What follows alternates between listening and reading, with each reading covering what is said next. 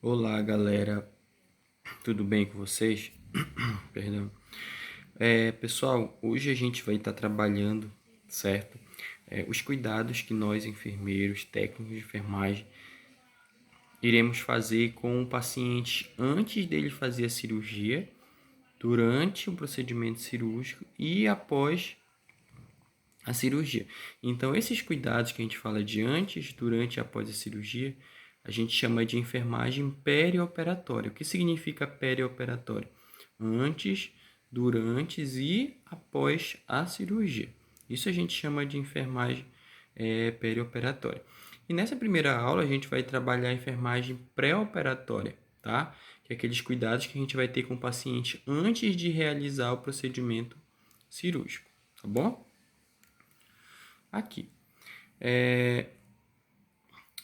O termo perioperatório, né, é empregado para descrever todo o período da cirurgia, incluindo antes e após a cirurgia em si. E a cirurgia em si. As três fases dos cuidados perioperatórios são pré-operatório, transoperatório e pós-operatório. Importante mencionar para vocês que esse transoperatório ele é conhecido também como intraoperatório, que é o período durante a cirurgia. Então, só repetir para vocês que o técnico de enfermagem ele tem cuidados no período pré, no trans e no pós-operatório, antes da cirurgia, durante a cirurgia e após a cirurgia. O técnico de enfermagem vai ter sua função, tá? Aqui só a divisão didaticamente, né? Como eu falei, isso aí a gente chama de períodos cirúrgicos. Quais são os períodos cirúrgicos?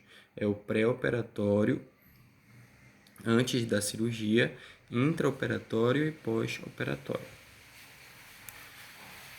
Então a gente vai começar falando aqui do pré-operatório, né? Qual é a característica do pré-operatório? Olha só. É o período de tempo desde que é tomada a decisão da cirurgia até o paciente ser transferido para a mesa de cirurgia. Então, pessoal, o pré-operatório não é aquele momento que o paciente chega no hospital. Não, vai desde quando? Desde quando ele toma a decisão. Será feito determinado procedimento cirúrgico. Então, ali já começa a preparação dele de período pré-operatório. Tá? Então, o que seria o pré-operatório? O período de tempo desde que é tomada a decisão da cirurgia até o paciente ser transferido para a mesa de cirurgia. Então, esse é caracterizado o período pré-operatório. Beleza? E o pós-operatório, pessoal? Né? Antes de chegar no pós tem um intra, né? Que é o período ali durante a cirurgia.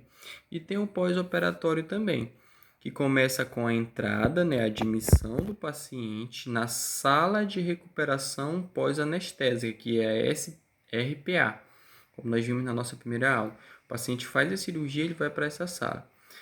E o pós-operatório vai terminar com uma avaliação de acompanhamento clínico, né? Pode ser mesmo no hospital ou acompanhamento em casa.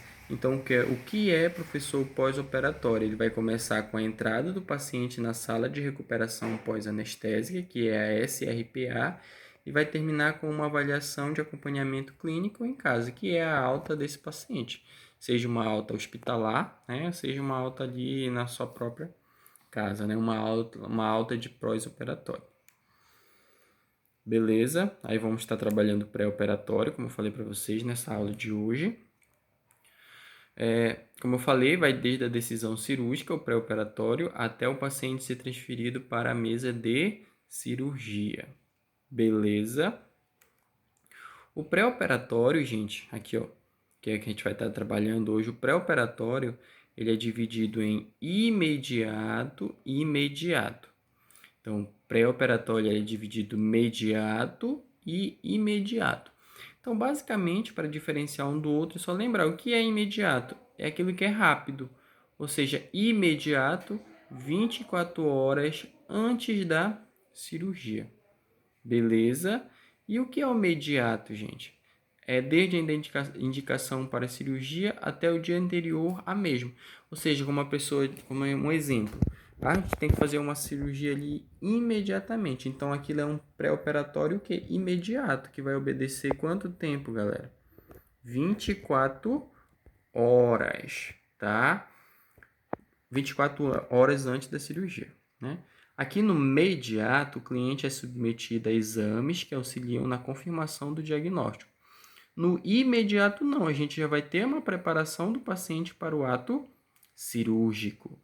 No mediato, auxiliarão no planejamento das ações, inclui neste o período de orientações dado ao paciente. Então, no mediato, vai ter muito tempo, né? Vai caber ali várias orientações para o paciente no período mediato. Agora, quando a cirurgia é imediata, o pré-operatório preparado de forma imediata, não. Já vai ter ali um jejum rápido, né? O preparo intestinal, esvaziamento vesical, preparo da pele, né? Que é a tricotomia, que nada mais é do que fazer uma limpeza ali nos pelos da pessoa, beleza? Aí aqui, galera, a gente tem várias ações que a gente vai fazer como equipe de enfermagem para o paciente durante o pré-operatório. Quais são os, professor? Esvaziamento intestinal. Por que ele precisa fazer esvaziamento intestinal? Porque ele pode broncoaspirar ali durante a cirurgia, né? Se ele tiver com o intestino, com o estômago cheio de alimento, né? Por isso que precisa ter jejum e esvaziamento intestinal. Modificação da dieta e jejum antes da cirurgia, né? Vai ter higiene corporal, oral, esvaziamento da bexiga, passagem de sono nasogástrica, controle de sinais vitais, lembrando que o paciente não vai para uma cirurgia se ele tiver com sinais vitais alterados, como por exemplo uma pressão arterial elevada. Se tiver com uma pressão arterial elevada, a cirurgia não é feita. Remoção de prótese dentária, ele não pode ir com prótese dentária para a cirurgia. Medicação pré-anestésica, que cabe ali o anestesiologista, e preparo da pele. Então, essas são as principais ações como equipe de enfermagem que a gente vai realizar no pré-operatório. Beleza? Aqui, né, o conjunto de exames, pessoal, que é feito do paciente no período pré-operatório. É feito, claro, um hemograma completo, né, glicemia de jejum, questão dos sinais vitais, tipagem sanguínea, prova de coagulação, função renal, eletrocardiograma. Então, são um conjunto de exames que são feitos ali no pré-operatório. Chamar a atenção para vocês a questão da função renal. Por que é importante eu avaliar a função renal do paciente? Porque lembrando que ele, para fazer a cirurgia, ele utiliza os anestésicos, né, para causar analgesia, ausência de dor. E o que acontece? Depois, passada essa cirurgia, ele vai precisar eliminar pela urina esses anestésicos. Então, por isso que ele precisa estar com o rim dele funcionando perfeitamente, né? E entra a situação de função renal. Beleza? Aí, isso aqui, gente, é o termo de consentimento, tá? Que precisa ser assinado pelo paciente. Não é o médico que assina o termo de consentimento. O que seria esse termo de consentimento? Ele vai abordar o tipo de cirurgia, horário de cirurgia, o profissional que vai fazer, os riscos que ela vai trazer, né, local da cirurgia. Então, esse é o termo de consentimento assinado por quem? Pelo paciente, não é pelo médico, é pelo paciente. Certo? Aí eu tenho aqui, gente, deixa eu pular essa parte, a questão da dieta, né? Isso aqui é importante que vocês tenham em mente sobre o estado nutricional e hídrico, né? A alimentação da pessoa, gente, ela vai ter uma função primordial na recuperação dele, daquela ferida dele no pós-operatório. Então, a dieta da pessoa pré-operatória tem que ter alimentação principalmente de proteína para que aquele tecido ele possa ser cicatrizado de forma mais rápida. Beleza?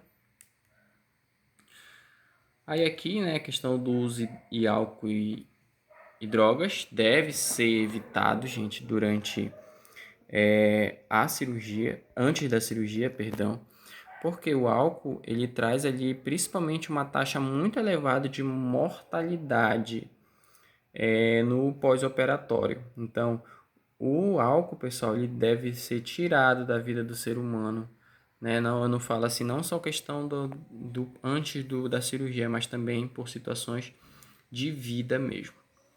Beleza? Então, o álcool, pessoal, principalmente a questão do alcoolismo crônico, ele deve ser evitado ali antes do procedimento cirúrgico, a questão do pré-operatório, porque quando esse paciente for o pós-operatório dele, que é a recuperação dele, ele vai ter complicações e ter ali relacionado uma grande taxa de mortalidade. Certo? Aqui, pessoal, a questão do estado respiratório também, né? Esse paciente precisa parar de fumar, né? Tanto a bebida como o álcool são situações muito complicadas. Avalia o estado cardiovascular, né? O coração dele também é importante ali em relação durante a cirurgia, tá? O estado hepático, renal também vai ser avaliado. A função endócrina, mas eu quero chamar a atenção para vocês aqui os pacientes obesos, né? Quais são os riscos, pessoal, do paciente obeso? Olha só, existe um processo chamado de deiscência de sutura e evisceração. O que acontece? Na deiscência de sutura, nada mais é do que o rompimento dos pontos. Quando rompe esses pontos, acontece o processo chamado de evisceração, que as vísceras elas vão para fora do organismo. Então, quais são os riscos do paciente obeso? Né? Acontecer a deiscência, que é o rompimento desses pontos, e o que? A evisceração, que essas vísceras elas vão para o meio externo. Aqui eu tenho uma imagem de como fica mais ou menos.